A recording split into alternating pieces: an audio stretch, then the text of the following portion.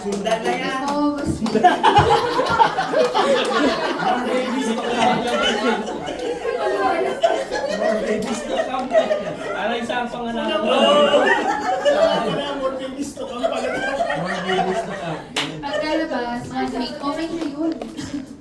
Okay, thank you po sa ating Tatay of Our chapter. And let's go with our Tatay of our unit. Bro, Ian, and sis Nahi. Nanay, tatay natin.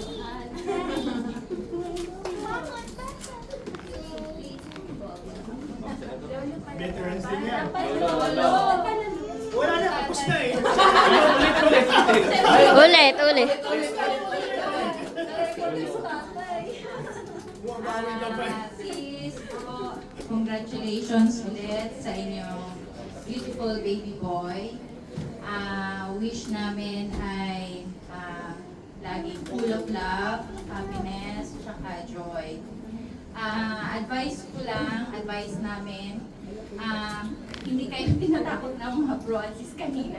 Pero yung mga first ni baby, yung first walk, yun yung laging nakaka-capture.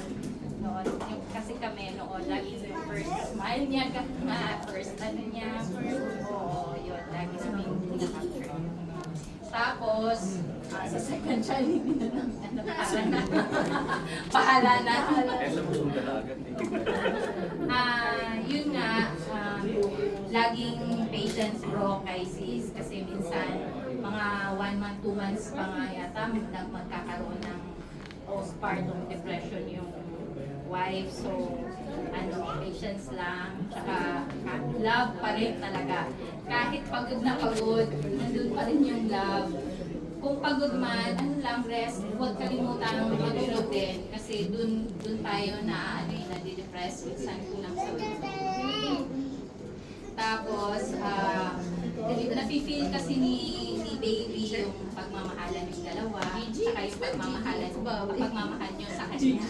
So, lagi yung love talaga, saka yung yun ang inspiration para manatiling buo kayo kahit mahirap mag-alaga pero nandun yung fulfillment as parent, yung joy na buo kayo. Congratulations. Ayan bro. Kaya ngayon pa lang bro, matulog ka na ng matulog.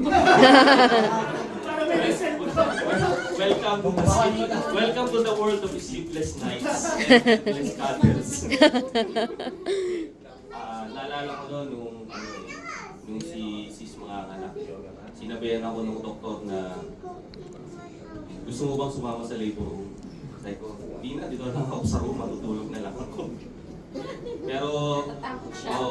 Pero yun pala, no? So, kahit na nandun yung takot, kailangan natin pumunta dun sa labor kasi iba yung experience. Pag kasama mo yung husband mo, kasi dun kumukuha ng lakas si sis.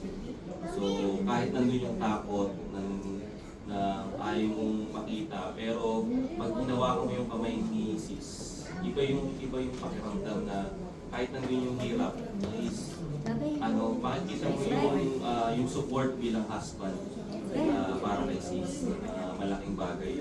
And yun, tsaka yung yung sleepless night. Kasi naalala ko rito na pagtimpla ko ng gatas, akala ko na-shoot ko yung gatas.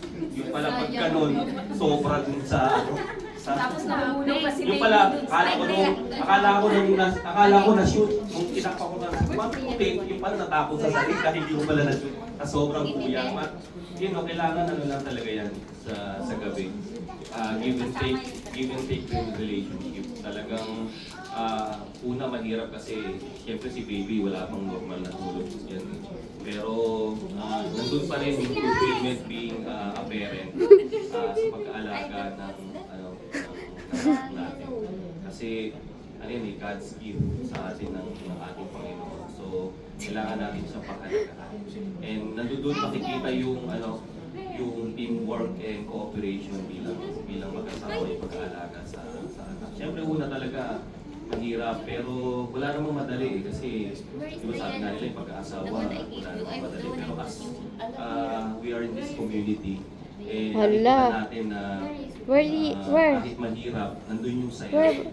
na magkaroon Ba't sa butas mo ng, tinitignan? inspiration lalo na sa pagbibigay ng anak.